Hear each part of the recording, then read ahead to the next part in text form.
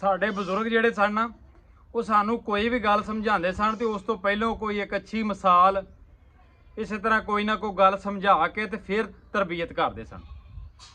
तकरीबन हर माँ प्यो इस तरह चाहिए। आंदे ने कि गामा पहलवान जिहड़ा सी ना सुबह सुबह दुकान तो दही लैण वास्ते गया तो थोड़ी बहुती तू मैं होई दही वाले नाल ते दही वाले दे कोल सी को छाबड़ी जिहदे विच रख के दही तोलदा सी ना उन्हें गामे पहलवान दे मारी उहदे सिर च वजी ते सिर चों खून निकलन लग पिया।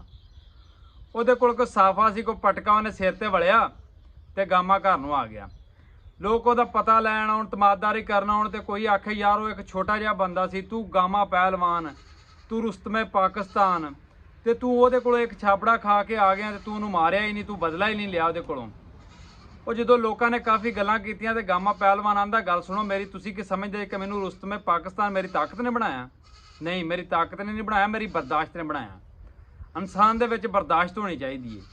ਕੋਈ ਜ਼ਰੂਰੀ ਨਹੀਂ ਕਿ ਤੁਹਾਡੀ ਤਾਕਤ ਤਾਂ ਹੀ ਸਾਬਤ ਹੋ ਸਕਦੀ ਹੈ ਕਿ ਤੁਸੀਂ ਆਪਣੇ ਤੋਂ ਮਾੜੇ ਤੇ ਜ਼ੁਲਮ ਕਰੋ ਤੇ ਤਾਂ ਹੀ ਤੁਸੀਂ ਤਾਕਤਵਰ ਸਾਬਤ ਹੋ ਸਕਦੇ ਜੇ। ਨਹੀਂ, ਤੁਹਾਡੇ 'ਚ ਬਰਦਾਸ਼ਤ ਹੋਵੇ ਤਾਂ ਤੁਸੀਂ ਤਾਕਤਵਰ ਸਾਬਤ ਹੁੰਦੇ ਜੇ। ਹਮੇਸ਼ਾ ਤੁਸੀਂ ਵੇਖ ਲਿਓ ਕਿ ਕਮਜ਼ੋਰ ਬੰਦਾ ਪਹਿਲਾਂ ਲੜਦਾ, ਤਾਕਤਵਰ ਬੰਦਾ ਜਿਹੜਾ ਕਦੀ ਵੀ ਨਹੀਂ ਪਹਿਲ ਕਰਦਾ ਲੜਾਈ ਦੇ ਵਿੱਚ। इस तो करके मैं ना भी बर्दाश्त करिया करो अपने रिश्तियां दे विच। अगर तुसी थोड़ा जिहा बर्दाश्त कर लो तो तुसी अपने रिश्ते जिहड़े ने कदी भी जिंदगी च खो दे नहीं। अपने भैन भरावां दे नाल तुहाडा कदी भी जिंदगी च तलक खत्म नहीं हो सकता।